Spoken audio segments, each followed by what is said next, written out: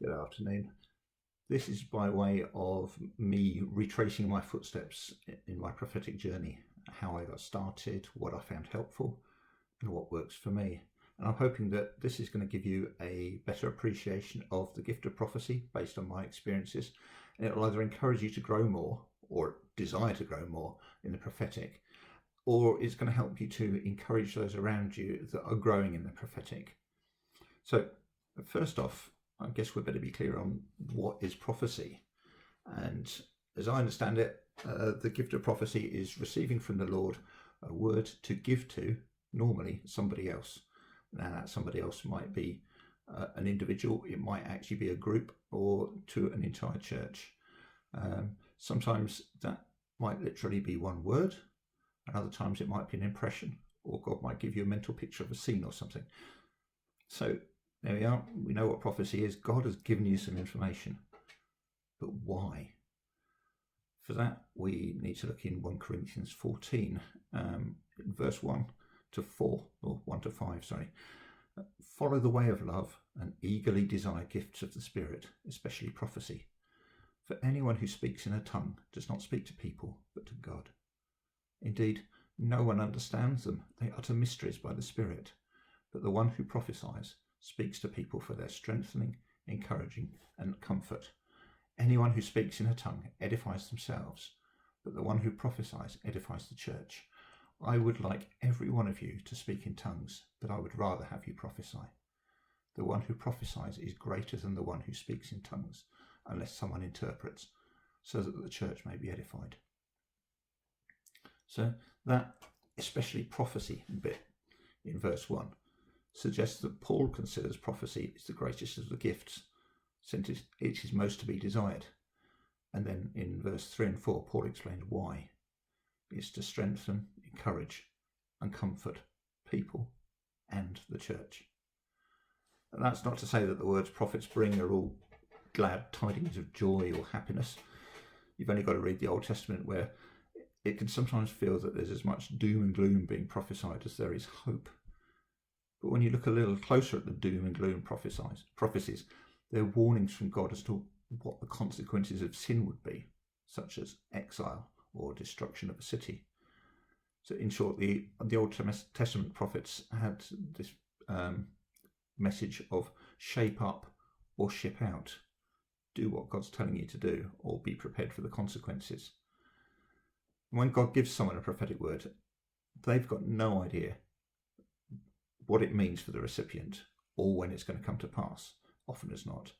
Again, look at some of the Old Testament passages, such as Isaiah 61. We're all familiar with it, but that was not fulfilled until Jesus spoke in the synagogue several hundred years later. But some of these same unfulfilled words of prophecy that we come across in the Old Testament gave the people of Israel hope that someday their deliverer would come. So when you operate in the gift of prophecy, you've got a great responsibility to pass on what God has given you to tell people. I see the role of the prophet very much like the role of a postman. Our postman has no idea what it is that he posts to our door each day inside their envelopes. He simply knows that he's been entrusted with a message. It could be bearing bad news, it could be bearing good news, but he doesn't care. It's his responsibility just to pass it on to the correct address in a timely manner. Some of you will be familiar with W.H. Auden's poem, The Night Mail. It kind of sums things up a bit. It says, "This is the night mail crossing the border, bringing the cheque and the postal order. Letters for the rich, letters for the poor, the shop at the corner, the girl next door." And it carries on. Letters for thanks, letters from banks, letters of joy from girl and boy, receipted bills and invitations to inspect new stock or to visit relations, and applications for situations, and timid lovers' declarations, and gossip from all the nations, news circumstantial, news financial. So any or all of that could be contained in prophetic words. But now I'll better give you a bit of the story of my journey and how it became a bit real for me. So when I first became aware of the gift of prophecy and that it was something that existed outside of the Bible, I just saw it as being treated as a normal occurrence within the church I was part of. I saw it practiced at pretty much every meeting. Sometimes it would be as contributions from the congregation during the meeting, but more often than that, it would be during the ministry time that followed every preach. In addition to that, often there was space deliberately made for it during the meeting. So whoever was anchoring or leading the meeting would possibly during the worship sort of single out a few guys that he knew to be gifted prophetically and call them up the front and just say, right, there you go, prophesy over people. Puts people somewhat on the spot, really, but there you go. But so what I saw from the consequences of that was that there were often people in the meeting that had not been exposed to prophecy or were just simply visitors there that day. But then hearing that God had got an individual message specifically for them really touched their hearts and impacted them greatly.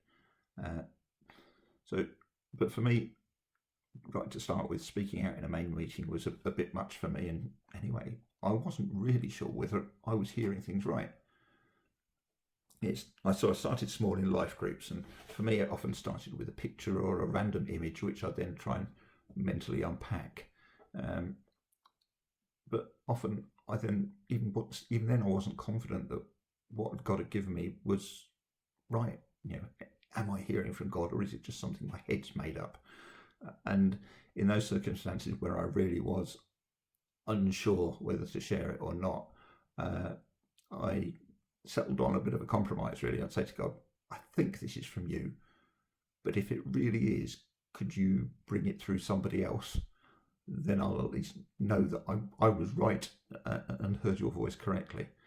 Now, I'm not sure quite how biblical that is, but we see in the Old Testament that God even used Balaam's donkey to prophesy. So when no one else would bring his word. So I'm quite happy to be compared to a donkey in that respect, and just give what I've been given.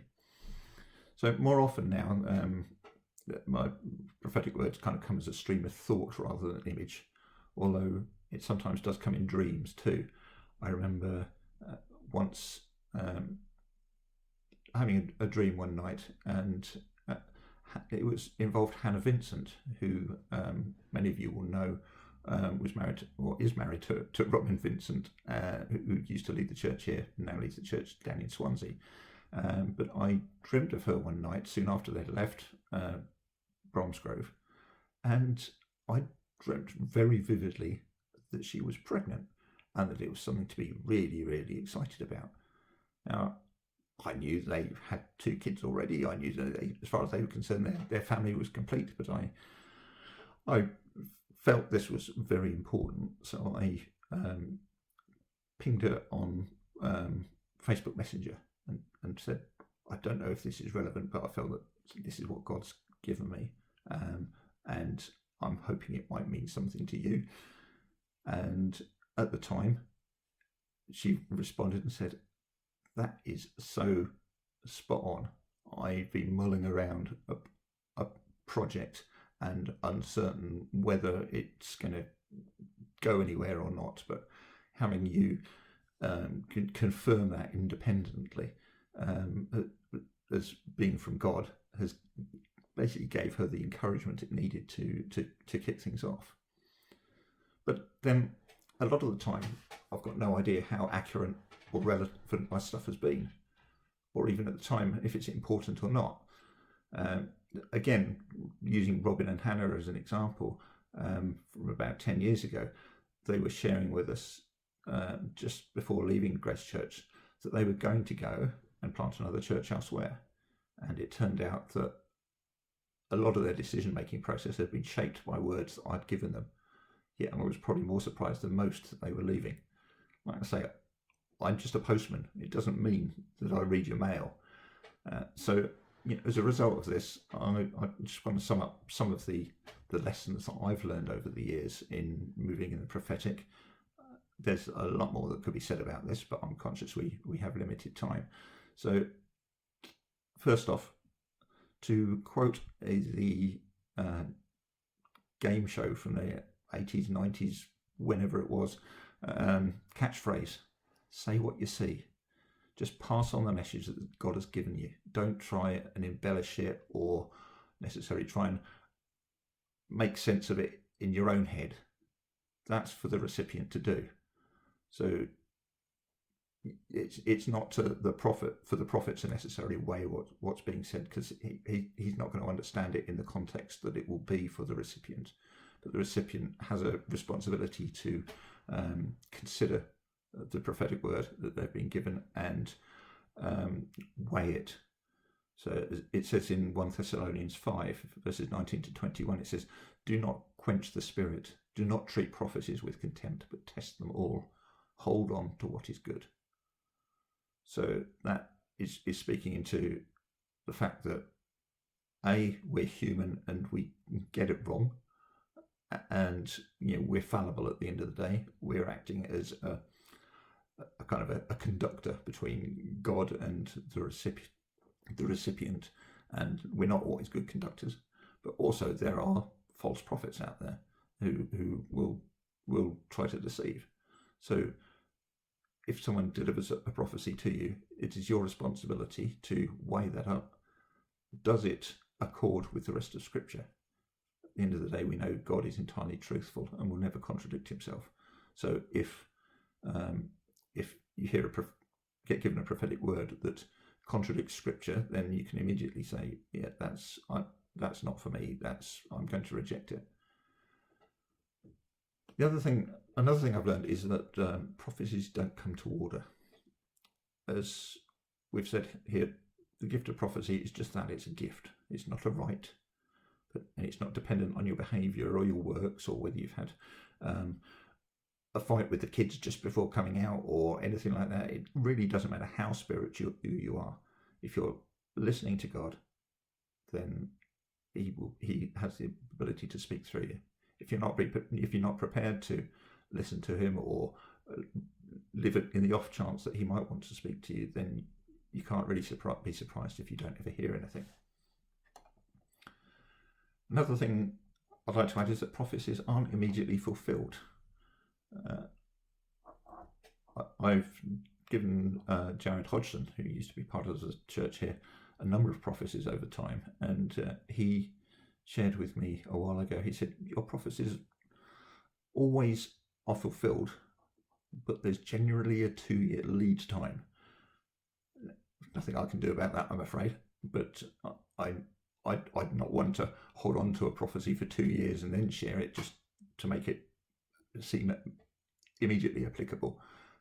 As far as I'm concerned, as soon as God gives me a word of prophecy, I want to get it out of my head and into somebody else's as soon as possible, so that then I don't damage the message in doing so. Equally, again, going back to Robin and Hannah, when they left Grace Church, I felt God had given me a prophetic word for him that he was going to be made an offer he couldn't refuse, and he would be in a role of national importance. Now, I kind of passed that off and kind of almost washed my hands of it at that point once I'd shared the information. But then it was probably about 5 years later, he rang me up at work and said, Rich, that prophetic word you shared with me, I bet you can't even really remember it, but that prophetic word has just been fulfilled. I have been made a job offer. Now, all job offers I've had before were ones that I genuinely didn't have an option to refuse because I needed the money and it was the only job offer around. But finally, I've been made an offer that if I wanted to, I could have refused it. But it was so good that I couldn't possibly refuse it. And that's what led to him being in his directorship position within Care for the Family at the moment. And as I say, it's now a position of national significance. I'm not claiming any kudos for that whatsoever. As I say, I'm just the postman. I didn't read the mail. Another thing with prophecy, it's easy when you start moving in it to kind of come across all mystical, do the whole "thus saith the Lord" and all this sort of kind of stuff. I remember once waiting during a ministry time, and standing there with my eyes closed and my hands out, waiting for someone to engage with me. And someone just came up and laid their hands on me and said, "Look to the mountains in their season." And then they disappeared. Now, I've got no idea what he was on about. That in itself doesn't mean anything. I don't know whether it sort of fulfilled some kind of just need in him, or whether he just hadn't heard right, or whatever. But just because you're operating in something supernatural doesn't mean you need to be all mystical about it. Another thing I've already referred to, you are a human, ergo you will get things wrong sometimes. But allied with that, don't be afraid of looking silly. If you don't go out on a limb and say something, that message isn't going to get delivered through you. And then nearly at the end now, I said, sometimes you just have to grit your teeth and prophesy good stuff over people you don't particularly like. I was in a life group at one point many years ago now, and there were some people in the life group that I really didn't get on with particularly. I had nothing wrong with them at all, and they were perfectly fine people. We just didn't click and seemed to almost rub each other up the wrong way all the time. But then once during the meeting, I really felt God give me a prophetic word for them, and it was a belter. It was cracking. It had, there was all sorts of blessing attached to it and all this sort of good stuff. And everything in me said, no, I don't want to see them prosper. But God kept on at me, and eventually I bit the bullet and shared the word. And at that point, it felt like a great weight had been lifted on me. It's just a question of being obedient and being a postman, doing your job. And then the final one is to give and solicit feedback. So if someone brings a prophetic word to you and it strikes home and it has the ring of truth to you and you find it valuable, please give some feedback to the prophet or the person who has shared that word with you. As I said earlier, they've gone out on a limb and possibly made themselves look silly to share that with you. It is amazingly encouraging to have someone give you some feedback and said, that word you shared, that really spoke into my situation and has edified me, built me up. So that phone call I had from Robin telling me about the offer you can't refuse prophecy that had just been fulfilled came at a time when I was at a real low, and all of a sudden I was walking on air. Again, it wasn't because of anything I'd done. As far as I was concerned, God was getting the glory at this point, but it was just of immense value to me to know that I had been a worthwhile vessel in communicating that. So there you go. That's sort of a potted history of my life in prophecy so far.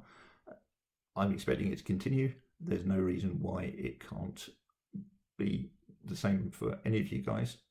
It's a gift of the Holy Spirit. It's available for anyone that asks for it, and as Paul says, eagerly desire it. Thank you.